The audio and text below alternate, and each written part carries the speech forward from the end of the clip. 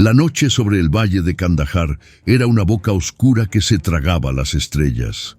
El Black Hawk UH-60 temblaba como un animal herido, sus rotores cortando el aire con un sonido enfermo que cualquier piloto experimentado reconocería como la antesala del desastre. Dentro de la cabina destrozada, el humo acre de los sistemas eléctricos quemados se mezclaba con el olor metálico de la sangre fresca. El copiloto yacía inconsciente sobre los controles, su casco agrietado brillando bajo las luces de emergencia que parpadeaban como velas a punto de extinguirse. El comandante Silas Thorne, un hombre que había enfrentado la muerte en 37 misiones de combate, sintió por primera vez en años el sabor helado del pánico verdadero trepando por su garganta. Afuera, en la oscuridad, las voces enemigas se acercaban como un enjambre de avispas furiosas. El perímetro defensivo que habían establecido después del aterrizaje forzoso no resistiría más de 10 minutos, quizás menos. Sus hombres lo miraban con esa expresión que todo líder teme ver, la pregunta silenciosa de si esta vez no habría salida. El operador Jax Miller, el francotirador que nunca perdía la compostura, tenía las manos temblorosas mientras intentaba detener la hemorragia del piloto principal, cuyos ojos ya habían perdido el brillo de la vida. 6 SEALs de élite, los mejores soldados que Estados Unidos podía producir, atrapados en una máquina moribunda a 80 kilómetros de territorio seguro. Thorne miró los controles destrozados del helicóptero. El panel de instrumentos era un caos de luces rojas y alarmas que chillaban como animales torturados. El sistema hidráulico primario sangraba fluido por una docena de agujeros de bala. El motor derecho tosía humo negro. Según cualquier manual, aquella máquina debería estar en el suelo, convertida en chatarra inservible. Pero no podían quedarse. Quedarse era morir. Con la desesperación quemándole la voz, el comandante Thorne giró hacia su equipo y gritó las palabras que cambiarían todo.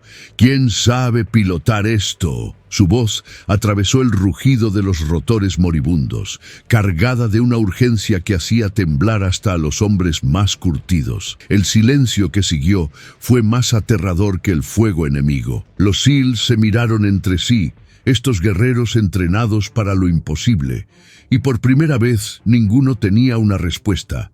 Sus especialidades eran el combate urbano, la demolición submarina, el francotireo de precisión, pero ninguno de ellos sabía cómo hacer volar un Black Hawk destrozado con los sistemas fallando y la muerte esperando en cada sombra del valle. Entonces, desde el compartimento trasero, donde las cajas de suministros y equipamiento médico se amontonaban contra las paredes metálicas manchadas de sangre, se escuchó un sonido que nadie esperaba. El crujido de huesos viejos al moverse, el suspiro cansado de alguien levantándose con esfuerzo. Arthur Penhaligon se puso en pie y el silencio se volvió absoluto. Todos los ojos se clavaron en el anciano de 87 años, que hasta ese momento había sido poco más que un fantasma, una sombra silenciosa que limpiaba herramientas y ordenaba suministros en la base. El abuelo de la biblioteca, como lo llamaban con condescendencia los operadores jóvenes, el hombre al que ignoraban,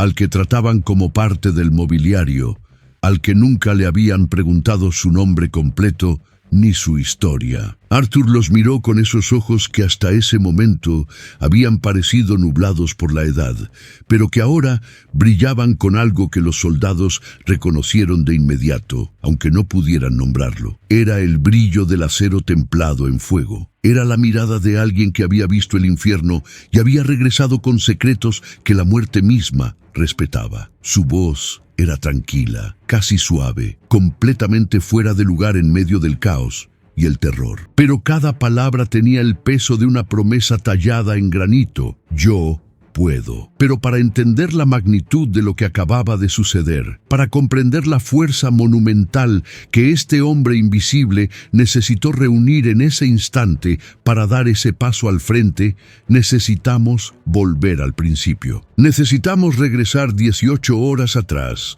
cuando Arthur Penhaligon era todavía solo el anciano que nadie veía, el veterano olvidado cuya historia estaba enterrada tan profundamente que ni siquiera el Pentágono recordaba su nombre. Pero antes de sumergirnos en esta historia extraordinaria de heroísmo silencioso, necesito que te detengas por un momento. Si tú, como nosotros, crees que el verdadero coraje no se mide en medallas, sino en la voluntad de levantarse cuando nadie espera que lo hagas, entonces tienes que ser parte de esta misión. Déjanos en los comentarios desde qué país nos estás viendo y cuéntanos si conoces a algún veterano cuya historia merezca ser contada. Suscríbete a El Silencio de un Héroe, porque cada semana rescatamos del olvido las historias de hombres y mujeres que sacrificaron todo sin pedir nada a cambio. Y si realmente valoras estas historias, si quieres honrar a estos guerreros olvidados de manera concreta,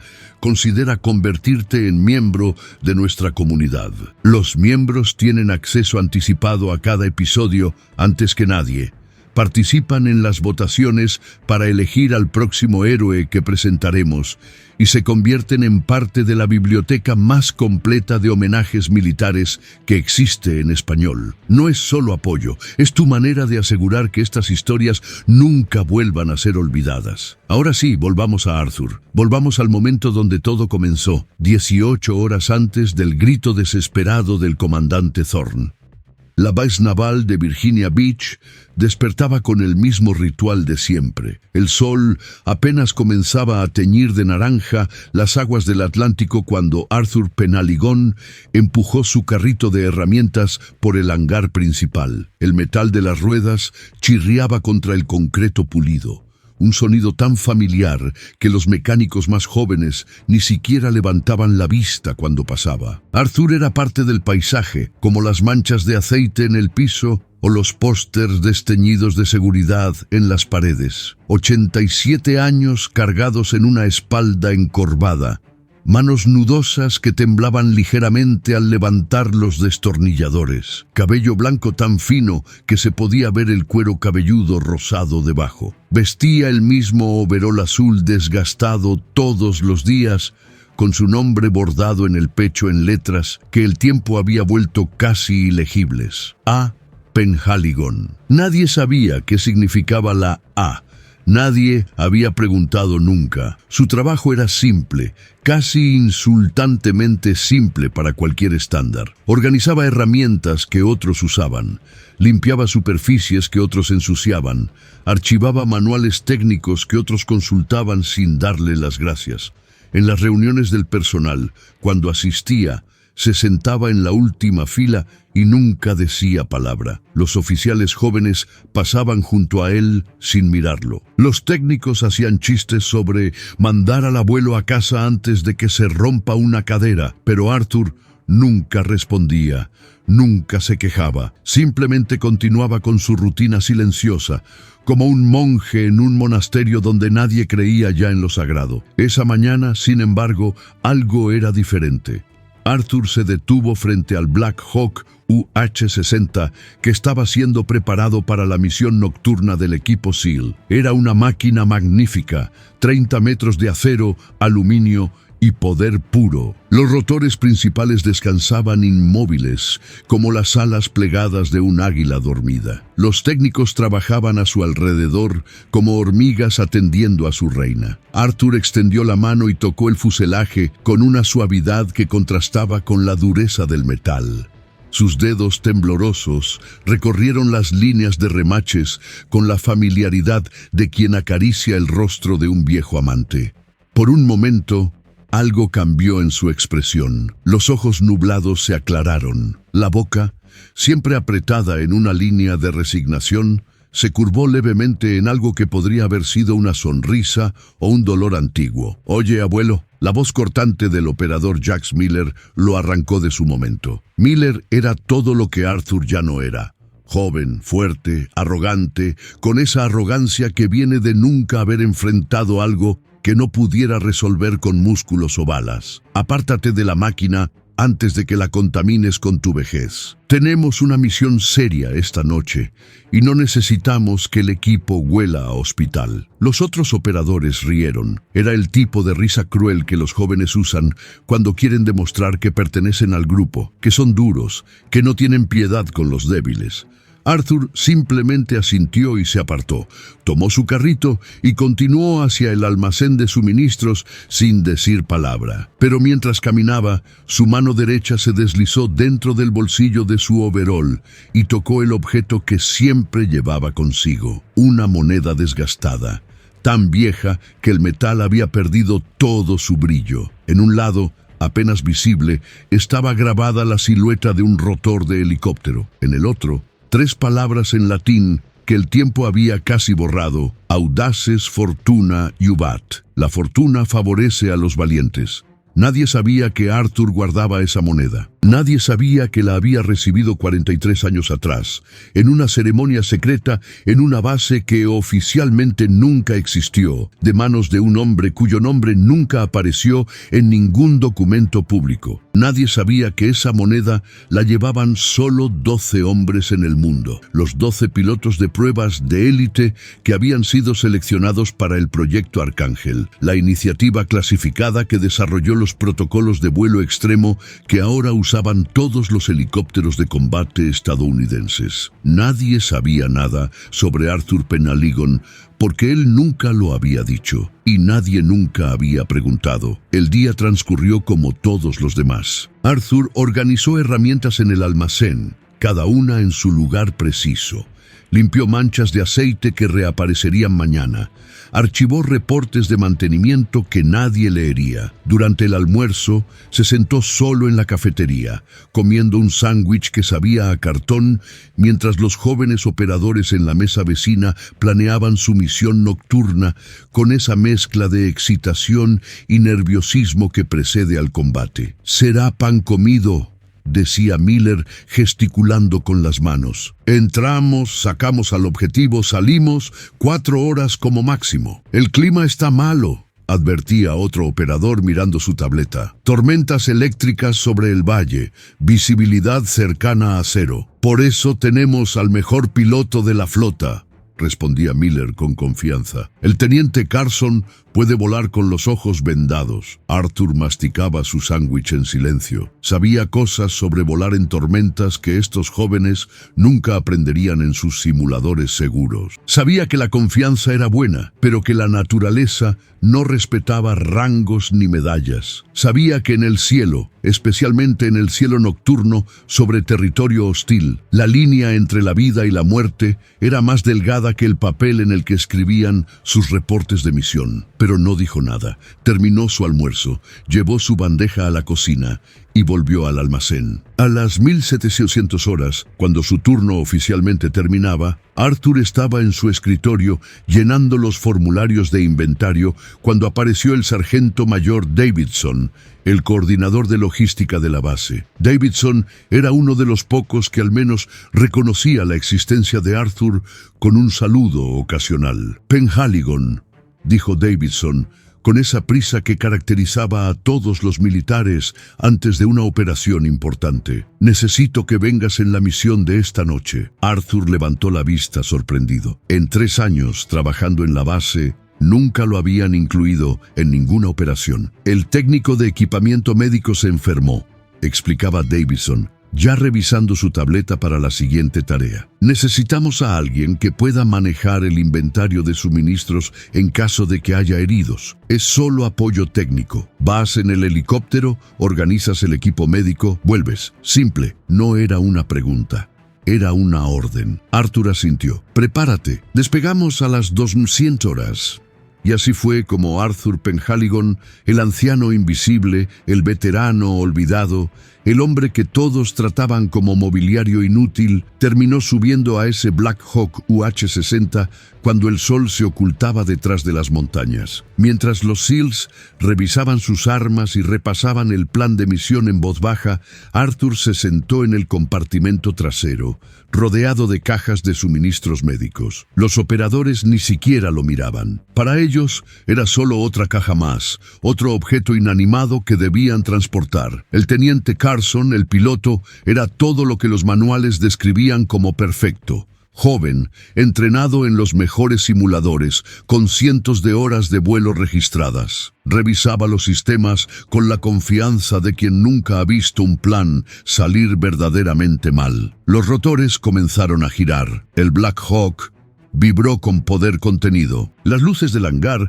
se hicieron pequeñas debajo mientras ascendían hacia la noche. Nadie notó que Arthur tenía los ojos cerrados. Nadie vio que sus labios se movían en un susurro silencioso. Palabras que no eran una oración, sino un mantra que había repetido 1000 veces antes de 1000 vuelos diferentes. Confía en la máquina, confía en tus manos. El cielo no perdona, pero tampoco olvida a los que saben escucharlo. Nadie imaginaba que en pocas horas, ese mismo anciano, al que habían ignorado, sería lo único que se interpusiera entre ellos y la muerte. El vuelo hacia el valle comenzó con normalidad engañosa. El Black Hawk cortaba la noche con la precisión de un bisturí, sus rotores un ritmo constante que casi arrullaba. Dentro de la cabina, las luces verdes de los instrumentos bañaban los rostros de los operadores con un resplandor fantasmal. El comandante Zorn repasaba el plan de misión por 5ª vez, su voz clara y controlada a través de los auriculares. Tocaremos tierra a las 2:30 horas. Equipo Alfa asegura el perímetro norte. Equipo Bravo entra al edificio. Extracción del objetivo en menos de 8 minutos. Salimos antes de que sepan que estuvimos allí. Los SEALs asentían, revisando sus equipos con esos movimientos mecánicos nacidos de años de entrenamiento. Miller limpiaba el visor de su rifle de francotirador por 3ª vez. Otro operador, Jackson, masticaba chicle con un ritmo nervioso que intentaba disfrazar como calma. En el compartimento trasero, Arthur permanecía sentado entre las cajas de suministros, invisible como siempre, pero sus ojos estaban abiertos ahora y observaban, no a los hombres, sino a la máquina. Escuchaba el sonido de los motores con una atención que iba más allá de lo casual. Sentía cada vibración del fuselaje a través de sus huesos viejos, leyendo el lenguaje del metal y el aire como otros leen libros, y lo que estaba escuchando no le gustaba. Había una arritmia sutil en el motor derecho, un descompás de apenas una fracción de segundo que probablemente ningún sistema de diagnóstico captaría. El control de cola respondía con medio segundo de retraso, algo que los pilotos modernos, acostumbrados a los sistemas asistidos por computadora, jamás notarían. Eran señales pequeñas, casi imperceptibles, pero Arthur las conocía como un médico conoce los síntomas de una enfermedad que todavía no ha matado a nadie, pero que lo hará si no se trata. «Teniente Carson». La voz de Arthur rompió el silencio del compartimento trasero por primera vez en todo el vuelo. Era suave, casi tímida, como si se disculpara por existir. El motor derecho suena irregular. En la cabina, Carson ni siquiera volteó. «Los sistemas están verdes, señor. Todo normal». «Escuche el armónico en el 3er cilindro», insistió Arthur, su voz un poco más firme. «Hay una microdetonación cada 11 revoluciones. Y el sistema hidráulico del control de cola. Los instrumentos están perfectos», interrumpió Carson, esta vez con un toque de irritación. «Con todo respeto, señor, pero usted está aquí para manejar vendas, no para pilotear». En los auriculares, Arthur escuchó la risa ahogada de Miller. «El abuelo cree que sabe más que los computadores, mi teniente. Quizás deberíamos dejarlo volar la próxima vez». Más risas. Arthur cerró la boca y volvió a su silencio, pero no cerró sus oídos. Seguía escuchando, y lo que escuchaba se estaba haciendo peor. 30 minutos después, cuando entraron en el espacio aéreo sobre el valle, el clima cambió como si alguien hubiera cerrado una puerta al infierno. Las nubes de tormenta que los meteorólogos habían descrito como manejables, resultaron ser paredes negras de furia eléctrica. Los relámpagos iluminaban el valle en explosiones estroboscópicas que convertían el mundo en un negativo fotográfico. El viento golpeaba el helicóptero con puños invisibles que lo hacían tambalearse como un borracho. ¡Maldición! La voz de Carson había perdido algo de su confianza. «Esto es peor de lo que pronosticaron. ¿Podemos continuar?», preguntó Thorne, su voz tensa pero controlada. «Afirmativo. Solo será un vuelo movido», pero no fue solo movido, fue violento. El Black Hawk entraba y salía de bolsas de aire que lo hacían caer 100 metros en segundos. La lluvia golpeaba el parabrisas con tal fuerza que los limpiaparabrisas eran inútiles. Los sistemas de navegación parpadeaban, confundidos por las interferencias electromagnéticas de la tormenta. Y entonces sucedió. No fue un golpe dramático, no hubo explosión ni alarmas ensordecedoras, fue simplemente un sonido seco, casi educado, como si alguien hubiera chasqueado los dedos, pero ese sonido significaba que una bala de 7 milímetros disparada desde algún lugar en la oscuridad había atravesado el fuselaje y encontrado exactamente el lugar equivocado. El motor derecho tosió, una vez, 2 veces, y murió. ¡Fuego enemigo!, gritó el copiloto, y ahora sí las alarmas comenzaron a sonar. Un coro infernal de pitidos y luces rojas que convertían la cabina en una pesadilla navideña. Carson luchaba con los controles, su entrenamiento tomando el mando de sus manos. Motor derecho caído, cambiando a potencia simple, buscando punto de aterrizaje. Pero el problema no era solo el motor. Las balas seguían llegando, invisibles en la oscuridad, cada una buscando un punto vital. Una atravesó el sistema hidráulico principal y de repente los controles que respondían con suavidad se volvieron duros como hierro frío. Otra impactó el panel eléctrico y la mitad de los instrumentos se apagaron como velas sopladas por el viento. «Perdemos presión hidráulica». La voz del copiloto había subido una octava. «¡No tengo control de cola!». El helicóptero comenzó a girar, y no era el giro controlado de una maniobra, sino la rotación lenta e imparable de algo que ha dejado de ser una máquina y se ha convertido en una roca cayendo. En el compartimento trasero, los SEALs se aferraban a lo que podían. Miller había dejado de limpiar su rifle. Jackson había escupido el chicle. Todos ellos, estos hombres que habían saltado de aviones y buceado en aguas congeladas y asaltado edificios llenos de enemigos, todos ellos entendían ahora que estaban en manos de fuerzas que ningún entrenamiento podía controlar. Arthur, sin embargo, no se aferraba a nada. Se había puesto de pie, tambaleándose con el movimiento errático del helicóptero, y había comenzado a moverse hacia la cabina. Sus manos viejas se agarraban de los soportes con una seguridad que contradecía su apariencia frágil. «¡Siéntese!», le gritó Thorne, pero Arthur no lo escuchaba, o sí lo escuchaba, y había elegido ignorarlo. Llegó a la cabina justo a tiempo para ver a Carson tirando de los controles con toda su fuerza, tratando de enderezar el helicóptero que giraba cada vez más rápido. El copiloto trabajaba frenéticamente con los sistemas de respaldo, pero sus manos temblaban tanto que presionaba los botones equivocados. «Deje de luchar contra la rotación», dijo Arthur, su voz tranquila penetrando de alguna manera el caos. «Está quemando la potencia que le queda». «¿Qué?». Carson lo miró por un segundo, sus ojos salvajes de pánico. «La rotación es por la falla del control de cola. Luchar contra ella solo agota el motor izquierdo. Use la rotación, reduzca la potencia al 60%, deje que gire, y cuando complete la vuelta, dé máxima potencia y aterrice en la dirección del giro. Tiene un huerto a 200 metros, ángulo sureste». «¿Cómo diablos sabe usted que hay un huerto?», gritó el copiloto. «Porque miré el mapa de reconocimiento antes de subir», respondió Arthur, «y porque lo vi en el último relámpago. Ahora haga lo que le digo o vamos a estrellarnos». Carson lo miró por 2 segundos, que se sintieron como eternidades. En esos 2 segundos, Tuvo que tomar la decisión más difícil de su carrera: confiar en su entrenamiento o confiar en un anciano que organizaba herramientas. Eligió confiar en el anciano. Redujo la potencia.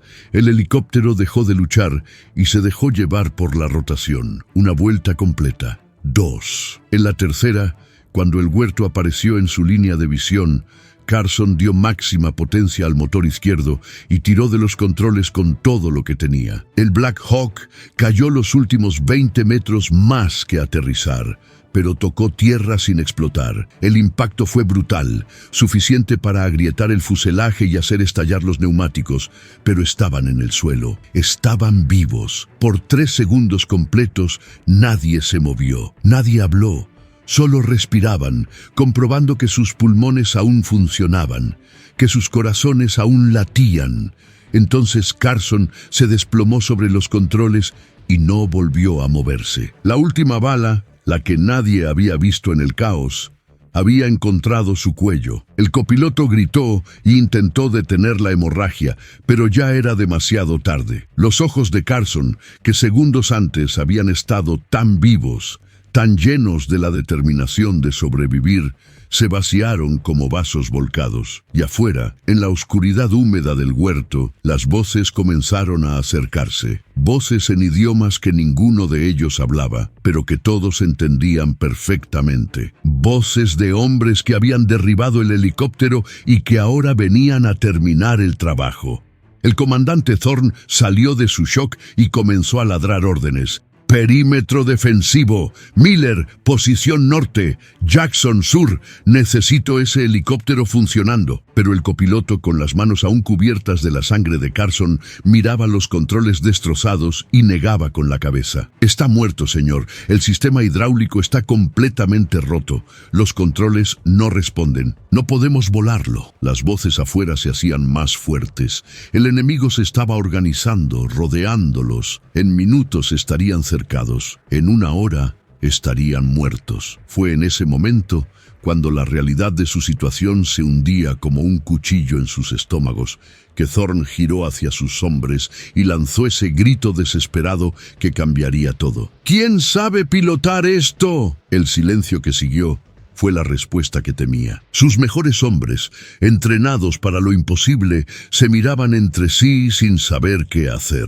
El pánico comenzaba a romper la disciplina que los mantenía vivos. Y entonces Arthur habló. 2 palabras que sonaban imposibles viniendo de ese cuerpo frágil, de ese hombre al que habían ignorado, menospreciado, tratado como basura. Yo puedo. Todas las cabezas giraron. Miller abrió la boca para decir algo, probablemente algo cruel, pero las palabras murieron en su garganta cuando vio los ojos de Arthur. Ya no eran los ojos nublados del anciano que limpiaba herramientas. Eran los ojos de un águila, afilados, claros, sin miedo. «Está bromeando», dijo Jackson, pero su voz carecía de convicción. Arthur no respondió. Simplemente caminó hacia la cabina del piloto, apartó con suavidad el cuerpo de Carson y se sentó en el asiento. Sus manos, que minutos antes temblaban al sostener una caja de suministros, se movieron sobre los controles con la seguridad de quien ha tocado esos botones 1000 veces antes. «Esto es una locura», susurró alguien, pero Thorne, mirando a Arthur, vio algo que los demás aún no podían ver. Vio la transformación completa, vio al veterano invisible convertirse en algo totalmente diferente. Vio al verdadero Arthur Penhaligon emergiendo después de décadas de silencio. «Déjenlo trabajar», ordenó Thorne. Y aunque su voz intentaba sonar segura, en su interior rezaba a cualquier dios que escuchara que el anciano supiera realmente lo que estaba haciendo. Afuera, el primer disparo enemigo impactó contra el fuselaje.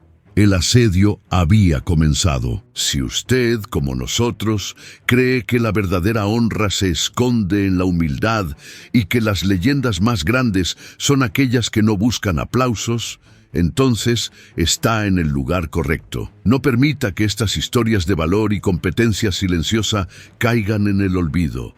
Suscríbase ahora mismo a El Silencio de un Héroe y active la campana de notificaciones. Cada suscripción es una voz que se une a nosotros para honrar a los héroes anónimos que cambiaron el mundo con dignidad y silencio. Únase a nuestra comunidad de respeto y descubra más historias que prueban que el verdadero poder reside en la experiencia.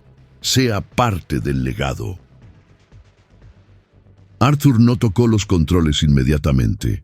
En su lugar, se quedó sentado en el asiento del piloto con los ojos cerrados, respirando con una cadencia perfecta que contradecía el caos que rugía afuera. Sus manos descansaban sobre sus rodillas, inmóviles. A cualquier observador casual habría parecido que se había rendido, que estaba orando, o peor aún, que había caído en shock. Pero el comandante Thorne, de pie justo detrás del asiento del piloto con su arma preparada, observaba algo diferente. Observaba cómo los labios de Arthur se movían sin sonido contando algo. Observaba cómo los dedos del anciano tambaleaban contra su muslo en un patrón específico, como si estuviera tocando teclas invisibles. Observaba y entendía que Arthur no estaba rezando, estaba escuchando. En medio del rugido de las balas impactando contra el metal, del grito de sus hombres devolviendo fuego, del aullido del viento y la lluvia, Arthur Penhaligon estaba escuchando al helicóptero. Escuchaba el quejido del motor izquierdo que aún funcionaba, el silbido del sistema hidráulico roto, perdiendo presión. El crujido de las aspas del rotor principales balanceándose bajo el peso irregular. Cada sonido era una palabra, cada vibración era una frase, y juntas componían una historia que solo él podía leer. Entonces abrió los ojos y comenzó a trabajar. Sus manos se movieron sobre el panel de controles con una velocidad que desafiaba su edad. No consultó manuales. No preguntó dónde estaba nada.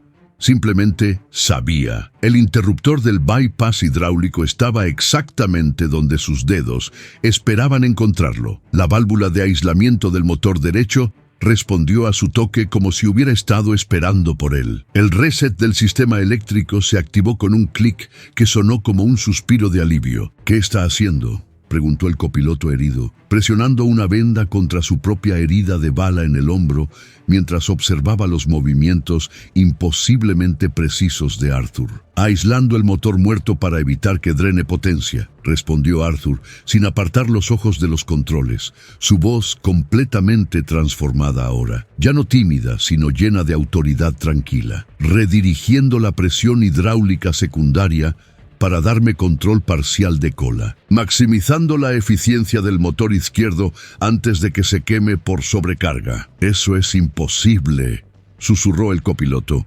El sistema hidráulico secundario no está diseñado para controlar la cola. Los manuales dicen que...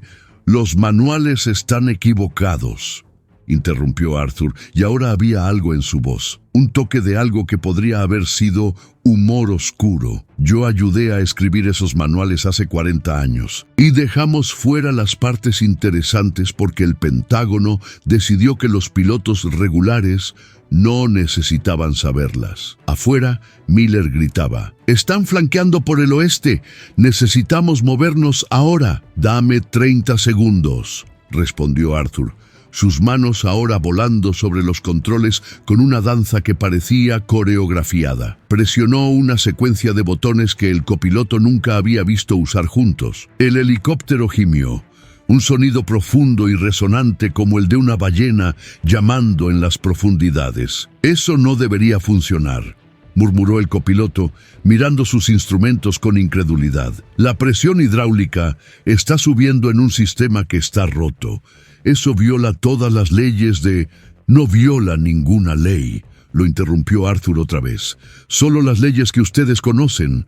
El sistema hidráulico tiene 3 líneas redundantes. Los manuales modernos solo mencionan 2, porque la tercera es tan difícil de activar que decidieron que era más seguro fingir que no existía. Pero existe, y yo sé exactamente cómo usarla». El motor izquierdo rugió con un nuevo tono, más profundo, más controlado. Las aspas del rotor principal, que habían estado girando con un bamboleo peligroso, comenzaron a estabilizarse. El helicóptero entero parecía estar despertando de un sueño, recordando que era una máquina de guerra y no chatarra destrozada. «Imposible», repetía el copiloto, pero ahora había algo más en su voz: admiración, terror, respeto. «¿Quién demonios es usted?». Arthur no respondió. En su lugar, cerró los ojos nuevamente y agarró los controles cíclicos con ambas manos. No los movió todavía, solo los sostuvo, sintiendo su peso, su resistencia, memorizando cada milímetro de su rango de movimiento. Era como un pianista tocando las teclas antes de un concierto, un cirujano palpando sus instrumentos antes de la primera incisión. «Todos aférrense», dijo Arthur. «Esto va a ser feo». Y entonces tiró de los controles. El Black Hawk no se elevó suavemente como debería haberlo hecho. Se sacudió violentamente, las aspas cortando el aire con un sonido que era mitad aullido, mitad grito. La máquina temblaba tan fuerte que los dientes de los SEALs castañeaban. Debería haberse desintegrado. Debería haberse volcado. Debería haber caído de nuevo, pero no lo hizo. En lugar de eso, bajo las manos de Arthur, el helicóptero destrozado hizo algo que ningún manual decía que era posible. Se elevó. 3 metros. 5. 10. No era un vuelo elegante. Era más como ver a un animal herido, negándose a morir, luchando contra la gravedad con pura voluntad. Pero funcionaba. Arthur no intentó volar lejos. Sabía que no podía. El motor izquierdo estaba al borde del colapso. El sistema hidráulico se sostendría quizás 5 minutos más.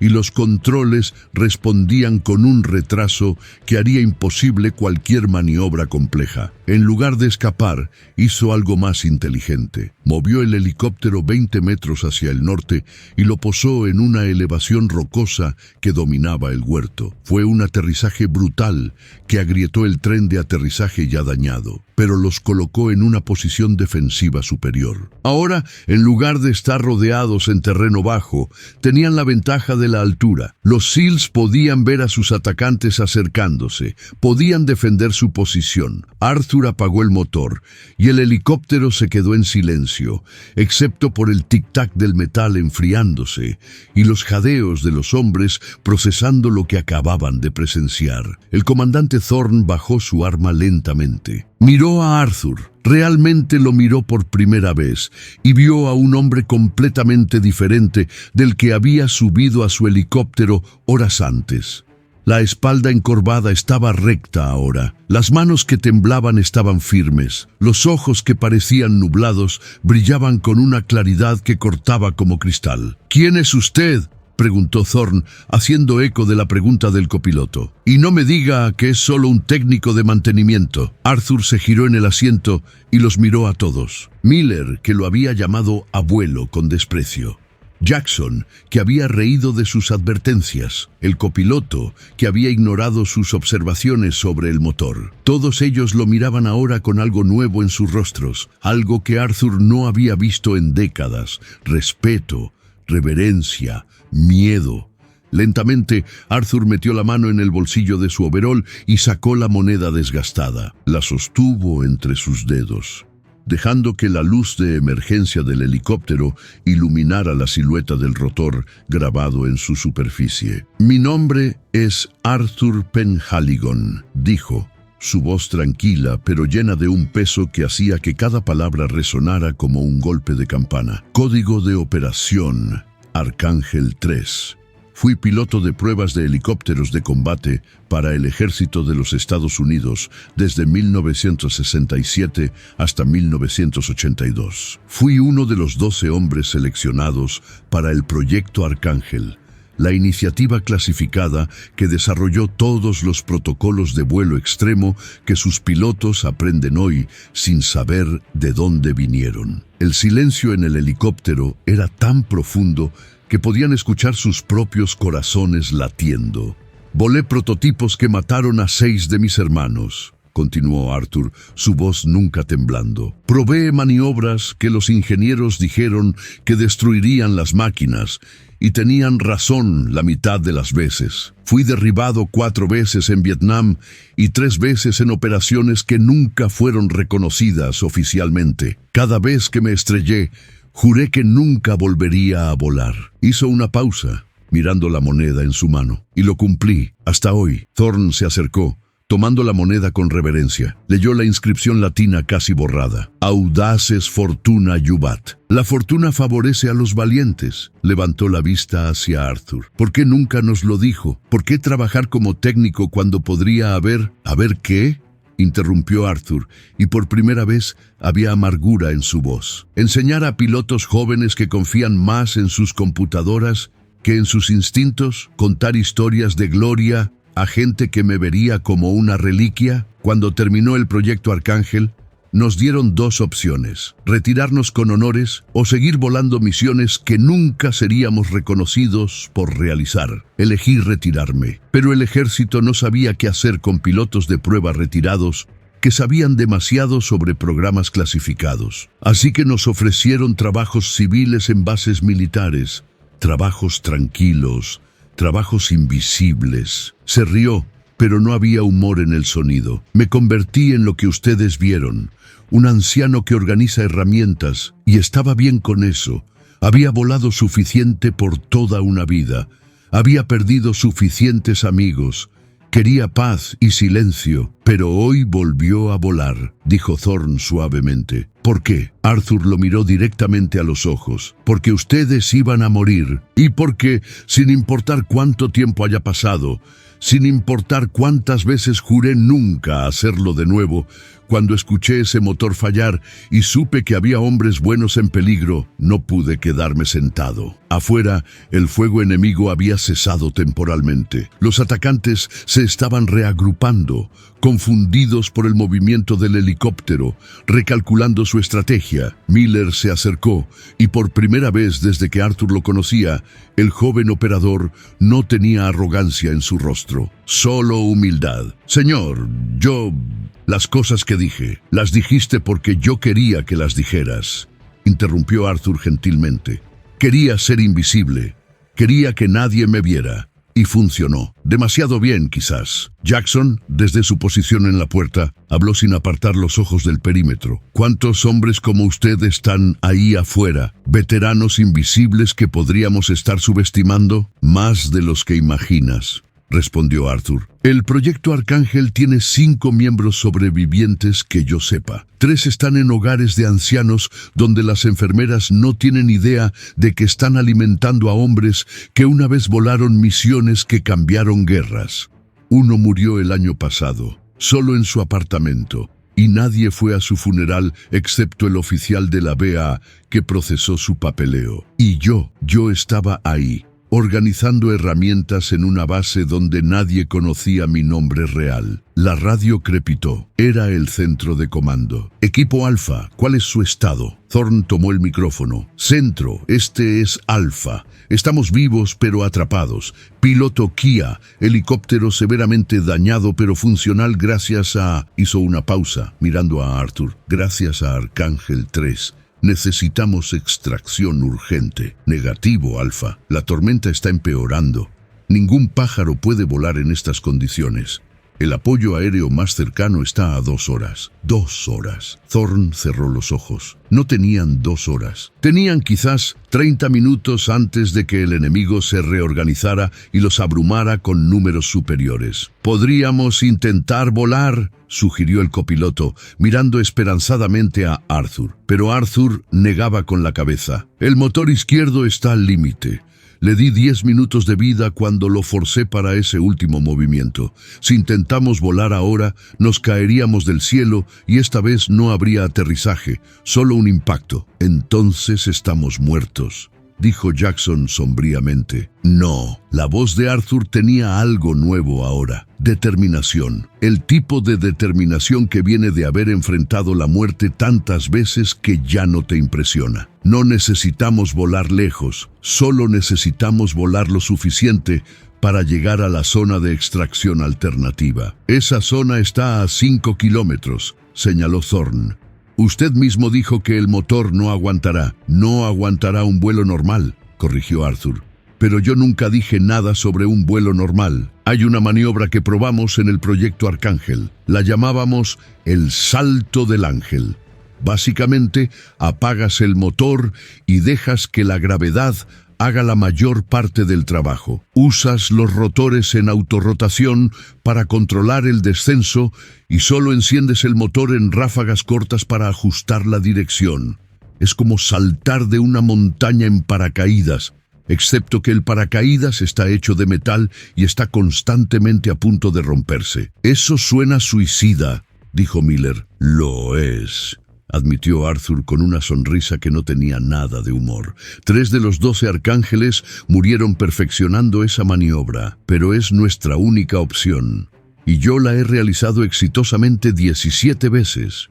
Claro, la última vez fue hace 43 años, pero los principios de la física no han cambiado. Thorne lo miró por un largo momento. Estaba calculando las probabilidades, pesando la certeza de muerte si se quedaban contra la posibilidad de muerte si intentaban volar. No eran buenas probabilidades en ningún caso, pero al menos volando había una chance. «Hágalo», ordenó finalmente, «pero hay un problema. Tenemos un civil herido. Lo encontramos en el objetivo. Un niño, Tariq, tiene 8 años. Bala en el abdomen. El piloto original iba a llevarlo al hospital en la base». Arthur asintió. «Entonces lo llevaremos. Pero necesito que todos entiendan algo». Su voz se volvió más dura, más fría. «Lo que voy a hacer no está en ningún manual. No hay botón de abortar. No hay segundas oportunidades.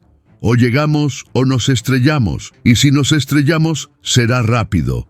No sentirán nada». «Entendido», dijeron todos al unísono. Arthur se giró de nuevo hacia los controles. Sus manos se acomodaron en los lugares correctos. Sus pies encontraron los pedales. Por un momento, volvió a cerrar los ojos, y en ese momento dejó de ser Arthur Penaligon, el técnico de mantenimiento. Dejó de ser Arthur Penaligon, el anciano invisible, y se convirtió completamente en Arcángel 3, el piloto que había domado máquinas que mataban a otros hombres, el fantasma que volaba en tormentas que derribaban aviones, el ángel caído que había sido olvidado por el cielo, pero que nunca había olvidado cómo volar. «Prepárense», dijo, «vamos a casa», y encendió el motor.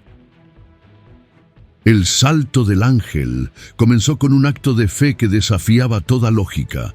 Arthur empujó el control cíclico hacia adelante y apagó el motor. Por 3 segundos completos, el Black Hawk simplemente cayó. No era un descenso controlado, era una caída libre.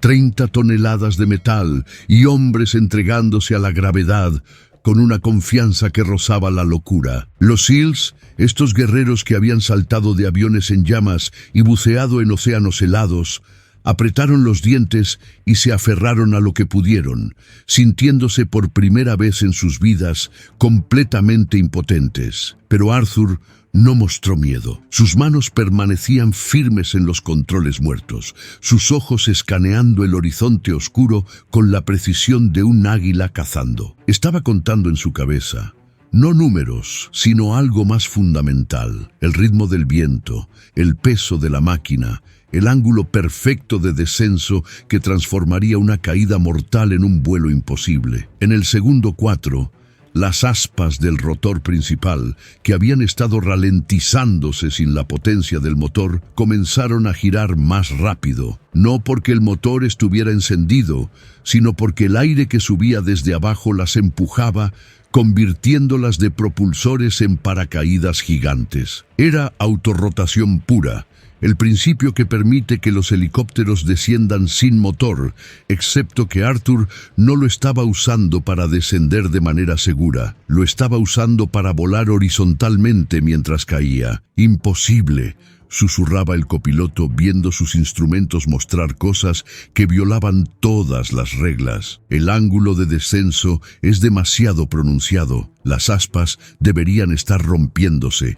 Esto no puede funcionar», pero funcionaba. Bajo las manos de Arthur, el helicóptero moribundo se convirtió en una criatura diferente, algo que ya no era una máquina sino una extensión de su voluntad. Él inclinaba el control cíclico apenas 1 grado y el helicóptero respondía, deslizándose lateralmente mientras caía. Presionaba los pedales con una delicadeza microscópica y la nariz giraba, alineándose con el valle que conducía a la zona de extracción. Estaban cayendo, sí, pero también estaban volando. Y en ese espacio imposible entre el cielo y la tierra, Arthur Penhaligon era nuevamente lo que siempre había sido destinado a ser. «Motor en 5 segundos», anunció Arthur, su voz tan calmada como si estuviera comentando sobre el clima. «Va a sacudirse fuerte. No se asusten». En el compartimento trasero, el pequeño Tariq gemía débilmente, su abdomen vendado con lo que los SEALs habían podido improvisar. Jackson lo sostenía contra su pecho, protegiéndolo del movimiento violento del helicóptero. El niño había dejado de llorar hacía minutos, demasiado débil, demasiado cerca del final. Cada segundo que pasaba era un segundo menos que le quedaba. Arthur encendió el motor por exactamente 2 segundos. El rugido fue instantáneo, violento, como despertar a un gigante. El helicóptero se sacudió tan fuerte que todos pensaron que se desintegraría. Pero en esos 2 segundos, Arthur ajustó la trayectoria, empujó el helicóptero 3 grados hacia el norte y apagó el motor antes de que el esfuerzo lo matara. Volvieron a caer en silencio, excepto que ahora estaban más cerca, 2 kilómetros a la zona de extracción. 1 minuto y medio, si Arthur había calculado bien. Si no, bueno, eso no importaba ahora. ¿Cómo aprendió a hacer esto?, preguntó Thorne, fascinado y aterrorizado al mismo tiempo. «Un helicóptero llamado Demonio», respondió Arthur, sus ojos nunca dejando el horizonte. Era un prototipo experimental que tenía la mala costumbre de matar a sus pilotos. Los motores fallaban cada 20 minutos. Los ingenieros querían cancelar el proyecto, pero el Pentágono necesitaba los datos. Así que nos mandaron a nosotros. Arcángel 1 murió en el 3er vuelo. Arcángel 2 quedó paralizado en el 5º. Cuando llegó mi turno, decidí que si el demonio iba a matarme, al menos le enseñaría a volar antes de morir. Encendió el motor otra vez. 2 segundos. Ajuste. Apagado. El helicóptero gimió, pero obedeció. Volé ese maldito prototipo durante 200 horas. Continuó Arthur. Cada vez que el motor moría, aprendí una forma nueva de mantenerlo en el aire. Cada vez que los controles fallaban, encontraba una manera de hacerlos trabajar. El demonio me enseñó que un helicóptero no necesita estar funcionando perfectamente para volar. Solo necesita un piloto que entienda que las máquinas, como las personas, pueden hacer cosas extraordinarias cuando no tienen otra opción. 1 kilómetro para la zona de extracción, 30 segundos. «El niño», dijo Arthur repentinamente. «¿Cómo está?» Jackson revisó el pulso de Tariq. «Débil, demasiado débil». «No lo va a lograr, señor. Está perdiendo demasiada sangre». «Sí lo hará». La voz de Arthur tenía algo que no admitía discusión. No era optimismo, era orden. «Porque vamos a aterrizar en 15 segundos y vamos a llevarlo al hospital más rápido de lo que este niño ha viajado en su vida». Encendió el motor una última vez, pero ahora no lo apagó. Lo mantuvo encendido mientras el helicóptero tocaba tierra, un aterrizaje que fue más un choque controlado que una maniobra suave. El tren de aterrizaje se dobló, la cola golpeó el suelo, pero estaban abajo. Estaban en la zona de extracción. Y lo más importante, estaban vivos. El motor tosió humo negro y finalmente murió con un último suspiro mecánico. Arthur dejó caer las manos de los controles y se desplomó en el asiento, de repente volviendo a parecer un hombre de 87 años. Las manos temblaban ahora, temblaban tan fuerte que tuvo que sostenerlas juntas. El sudor corría por su rostro arrugado, respiraba en jadeos cortos y dolorosos, pero sonreía. «Aterrizaje exitoso», murmuró. «Arcángel 3, reportándose. Misión cumplida». Thorne ya estaba en la radio. «Centro, necesitamos evacuación médica ahora. Tenemos un civil crítico, un piloto KIA y un maldito milagro que acaba de salvarnos a todos». En los siguientes 10 minutos, mientras esperaban la extracción, Algo extraordinario sucedió. Los SEALs, estos hombres que hablaban en códigos tácticos y jerga militar, se acercaron a Arthur uno por uno. No para agradecerle con palabras vacías, sino para verlo realmente por primera vez. Miller fue el primero. Se arrodilló junto al asiento del piloto y extendió su mano. «Señor, las cosas que dije». Arthur tomó su mano con esas manos temblorosas que acababan de realizar lo imposible. «Lo dijiste porque yo quería que lo dijeras. Quería ser invisible. Y tú me diste exactamente lo que pedí. Pero usted nos salvó de todos modos», dijo Miller. Y había lágrimas en los ojos de este hombre duro que nunca lloraba. «Después de cómo lo tratamos, después de cómo lo ignoramos, usted nos salvó». «Eso es lo que hacemos», respondió Arthur simplemente. «Los que hemos volado, los que hemos visto caer a nuestros hermanos, los que conocemos el precio real de la libertad, no lo hacemos por reconocimiento, lo hacemos porque cuando escuchamos el llamado no podemos quedarnos quietos, sin importar cuántos años hayan pasado». El helicóptero de evacuación apareció en el horizonte, sus luces cortando la oscuridad como estrellas fugaces. Aterrizó con una eficiencia que contrastaba dramáticamente con el vuelo de pesadilla que Arthur había realizado. Los médicos corrieron hacia Tariq, estabilizándolo, dándole fluidos, prometiendo en voz alta que llegaría al hospital a tiempo. Mientras cargaban al niño en la camilla, sus ojos se abrieron brevemente. Miró alrededor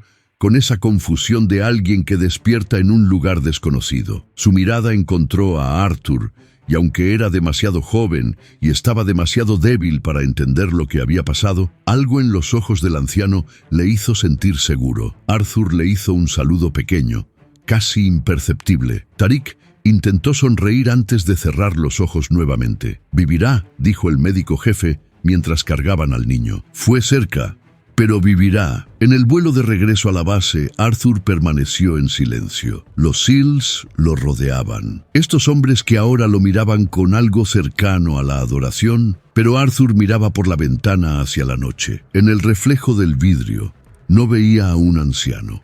Veía fantasmas. Veía a Arcángel 1, cuyo helicóptero se había desintegrado a 3000 pies. Veía a Arcángel 2, que ahora vivía en una silla de ruedas en un hogar de veteranos en Texas. Veía a todos los pilotos que había conocido, que habían volado con él, que habían muerto junto a él, y se preguntaba si finalmente había honrado sus sacrificios, o si simplemente había pospuesto lo inevitable una vez más. De vuelta en la base, el comandante Thorne intentó actualizar el archivo de Arthur. Quería recomendarlo para honores, para reconocimiento, para todo lo que se merecía. Pero cuando fue al archivo de personal para encontrar la documentación de Arthur, encontró algo extraño. El archivo era delgado, demasiado delgado para alguien con 40 años de servicio. Contenía solo papeles de su empleo civil actual como técnico de mantenimiento.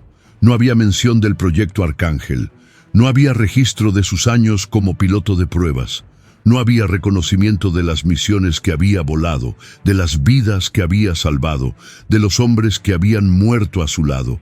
Era como si esa parte de su vida nunca hubiera existido oficialmente. Thorne fue al almacén donde Arthur había vuelto a trabajar al día siguiente de la misión, como si nada extraordinario hubiera pasado. Lo encontró organizando herramientas con esa misma precisión metódica de siempre. «Su archivo», comenzó Thorne, «no tiene nada sobre su servicio real». Arthur no levantó la vista de su trabajo. «El proyecto Arcángel sigue clasificado. Los archivos de los participantes fueron sellados. Oficialmente nunca existimos como pilotos, solo como empleados civiles que casualmente trabajaron en bases militares durante las décadas correctas». «Eso es injusto». Thorne sintió rabia en su pecho. «Lo que usted hizo, lo que todos los arcángeles hicieron, debería ser reconocido. Debería haber monumentos, libros de historia». «No», Arthur lo interrumpió gentilmente pero con firmeza. «Los monumentos son para los políticos. Los libros de historia son para las guerras. Nosotros volamos las máquinas que ganaron esas guerras,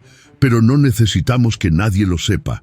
El trabajo fue suficiente recompensa. Saber que cada piloto que vuela hoy lo hace un poco más seguro porque nosotros probamos los límites. Eso es suficiente. ¿Y las personas que lo ignoran, que lo tratan como si fuera invisible?, preguntó Thorn. Arthur finalmente levantó la vista y sonrió. Comandante, hay un tipo especial de libertad en ser invisible.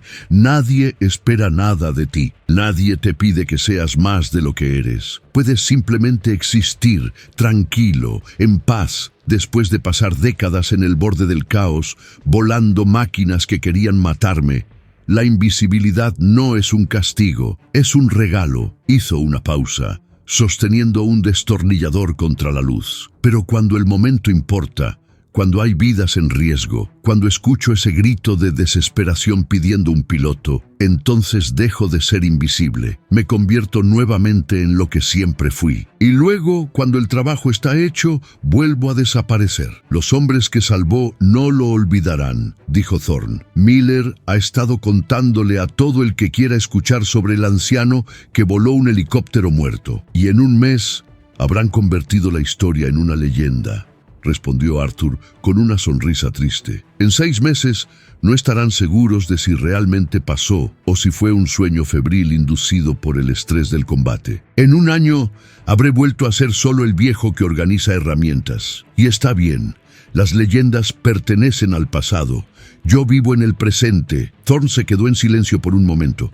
Luego preguntó, ¿volverá a volar? Arthur negó con la cabeza lentamente. No, esa fue la última vez. El cuerpo ya no está para eso. Las manos me temblaron durante 3 días después. El corazón, bueno, el médico dice que tuve suerte de no tener un infarto a 3000 pies. No, comandante. Arcángel 3 está oficialmente retirado. Otra vez. ¿Y Tariq, el niño? Escuché que sobrevivió, que está en un hospital recuperándose, que tiene una familia que lo esperaba. Arthur volvió su atención a las herramientas. Eso es suficiente.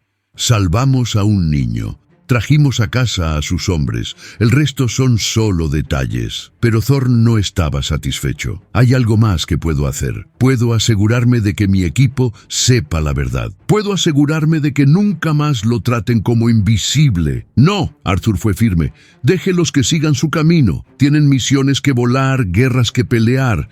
No necesitan estar atados a un anciano que solo quiere paz. Y esa fue la última palabra sobre el tema. Thorn se fue, frustrado pero respetuoso, y Arthur continuó organizando herramientas. 3 meses después, Miller volvió a la base durante un permiso. Fue directamente al almacén de mantenimiento, buscando a Arthur. Lo encontró en el mismo lugar, haciendo el mismo trabajo, como si el tiempo se hubiera detenido. Señor Penhaligon, comenzó Miller, pero Arthur levantó una mano. Solo Arthur. Arthur. Entonces, Miller respiró profundo. He estado pensando mucho sobre esa noche, sobre las cosas que dije, sobre cómo lo traté, sobre cuántas veces he pasado junto a personas, veteranos, ancianos, cualquiera que parezca ordinario, sin realmente verlos. Y me pregunto, ¿cuántos más como usted hay ahí fuera? ¿Cuántos héroes estamos ignorando? Arthur dejó su trabajo y miró directamente a Miller. Más de los que imaginas. Ese hombre que barre el piso del hospital de veteranos podría haber sido un francotirador que salvó una ciudad entera. Esa mujer que sirve café en la base podría haber sido una piloto de transporte que voló misiones de rescate bajo fuego enemigo. Ese anciano que empuja su carrito de compras en el supermercado podría haber cargado a sus hermanos heridos a través de kilómetros de jungla. ¿Cómo podemos saber?, preguntó Miller. ¿Cómo podemos reconocerlos? No siempre puedes, admitió Arthur. Muchos de nosotros preferimos el silencio.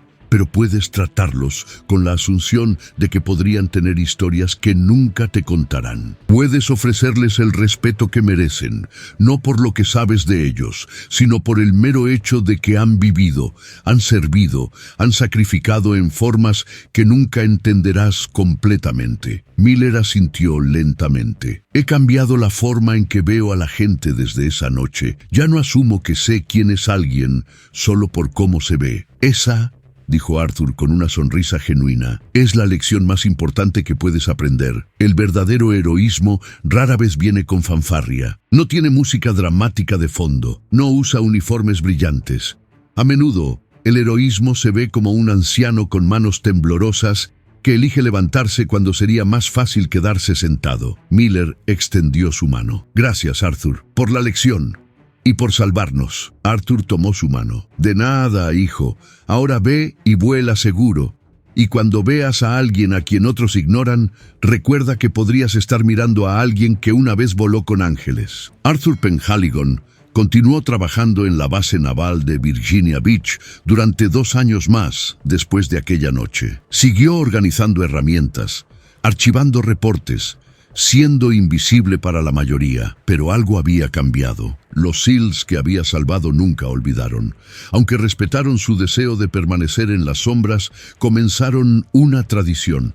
Cada año, en el aniversario de aquella misión, se reunían en el almacén de mantenimiento.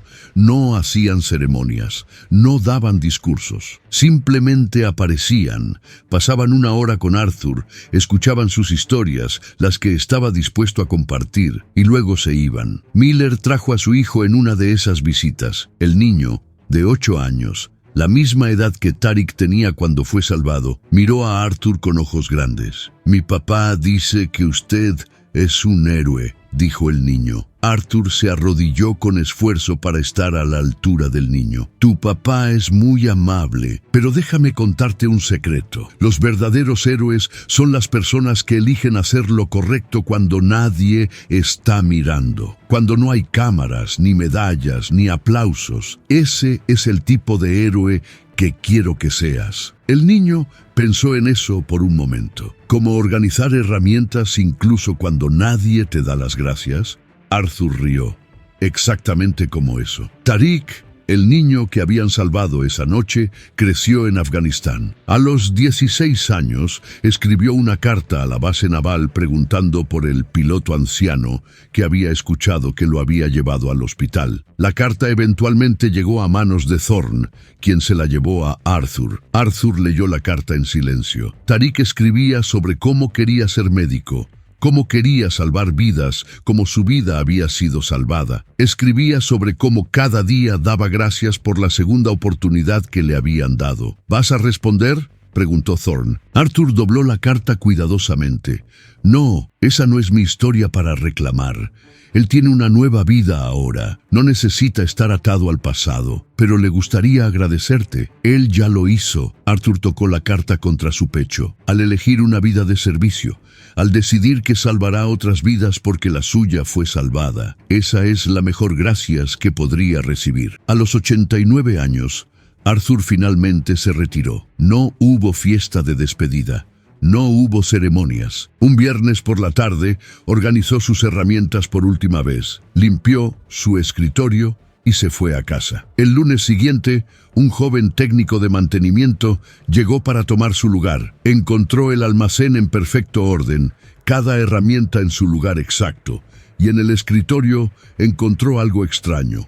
Una moneda desgastada con la silueta de un rotor grabada en un lado. En el otro lado, palabras casi borradas. «Audaces Fortuna Juvat». Junto a la moneda, una nota escrita con la letra temblorosa de Arthur. «Para quien encuentre esto, esta moneda perteneció a hombres que volaron cuando el cielo no era seguro, que probaron máquinas que mataban, que sirvieron en silencio porque el trabajo era más importante que el reconocimiento. 5 de nosotros sobrevivimos. Ahora solo quedan 4. Si algún día escuchas el llamado, si ves a alguien en peligro y tienes la habilidad de ayudar, no dudes, no pienses en el costo, solo levántate y hazlo. Esa es la única forma en que sobrevive el honor en este mundo, y cuando termines, cuando hayas hecho lo imposible, vuelve al silencio. Deja que otros cuenten las historias. Tú solo haz el trabajo. Arcángel 3. El joven técnico no entendió la nota. La guardó en un cajón y continuó con su trabajo. Pero años después, cuando se encontró en una situación donde podía ayudar a alguien o mirar hacia otro lado, recordó esas palabras y eligió ayudar. Arthur Penhaligon murió tranquilamente en su sueño a los 92 años. Su obituario en el periódico local decía simplemente: Arthur Penhaligon, empleado retirado de la Marina, sin familia sobreviviente. Pero en su funeral, Algo extraordinario sucedió. Aparecieron personas que nadie esperaba. Había 4 ancianos, cada uno en sillas de ruedas o con bastones, cada uno usando chaquetas que llevaban discretamente un pequeño pin con la silueta de un rotor. Los arcángeles sobrevivientes, reunidos por última vez. Había SEALs en uniforme formal, incluyendo a Thorne, ahora un almirante, y a Miller, ahora un instructor de francotiradores. Había pilotos jóvenes que nunca habían conocido a Arthur, pero que habían escuchado las historias y querían rendir homenaje. Y en la última fila había un joven médico afgano con un estetoscopio alrededor del cuello. Tariq había volado desde Kabul, usando sus propios ahorros para estar allí. No hubo discursos dramáticos, no hubo música épica, solo silencio respetuoso mientras bajaban el ataúd. Pero en ese silencio había algo más pesado que cualquier palabra: reconocimiento, comprensión, respeto por un hombre que había elegido la invisibilidad, pero que nunca había estado realmente solo. Mientras las personas se dispersaban, Tariq se acercó a la tumba, colocó su estetoscopio junto a la lápida, un gesto simbólico de pasar el legado. Luego dijo en voz baja: «Gracias, Arcángel, por darme la oportunidad de salvar otras vidas. Esta es la historia de Arthur Pendragon, Arcángel 3. Pero no es solo su historia, es la historia de miles de veteranos que caminan entre nosotros, invisibles, olvidados, llevando secretos que podrían cambiar cómo vemos el mundo si solo nos tomáramos el tiempo de preguntar. ¿Cuántos Arthur Pendragon pasan junto a ti cada día? ¿Cuántas veces has ignorado a alguien porque su apariencia no gritaba héroe? ¿Cuántas historias extraordinarias se están perdiendo porque asumimos que sabemos quién es alguien con solo mirarlo? Si esta historia te conmovió, si te hizo pensar diferente sobre las personas que ves, pero no realmente miras, entonces tienes una responsabilidad. Tienes que asegurarte de que estas historias no se pierdan en el silencio. Déjanos en los comentarios la mayor lección que tomaste de la historia de Arthur. ¿Cambió la forma en que ves a los veteranos, a los ancianos, a las personas ordinarias que podrían tener historias extraordinarias? Comparte este video con alguien que necesita escuchar este mensaje. Podría ser un veterano que se siente olvidado. Podría ser un joven que necesita aprender que el heroísmo no siempre viene con trompetas y medallas. Podría ser simplemente alguien que se ha sentido invisible y necesita saber que ser invisible no significa ser sin valor. Suscríbete a El silencio de un héroe. Cada semana rescatamos del olvido otra historia como esta. Historias de hombres y mujeres que sirvieron en silencio, que sacrificaron en secreto, que eligieron el anonimato sobre la gloria, pero que merecen ser recordados. Y si realmente quieres honrar a estos héroes silenciosos, si quieres asegurarte de que sus legados nunca sean completamente olvidados, únete a nuestra comunidad como miembro. Los miembros no solo obtienen acceso anticipado a estas historias, se convierten en guardianes de la memoria. Se convierten en las personas que aseguran que cuando el último arcángel se vaya, cuando el último veterano silencioso cierre sus ojos por última vez, alguien aún estará allí para decir: nosotros recordamos, nosotros sabemos lo que hiciste y nunca lo olvidaremos. El silencio de un héroe no es el silencio de la derrota, es el silencio de la confianza total, la confianza de saber que el trabajo que hicieron, las vidas que salvaron, las máquinas que domaron y los cielos que conquistaron, todo eso importó, todo eso tuvo sentido, y ahora depende de nosotros asegurarnos de que ese silencio nunca se vuelva olvido. Hasta la próxima historia. Recuerda, el heroísmo verdadero rara vez grita, susurra, y solo aquellos que realmente escuchan pueden oír su voz.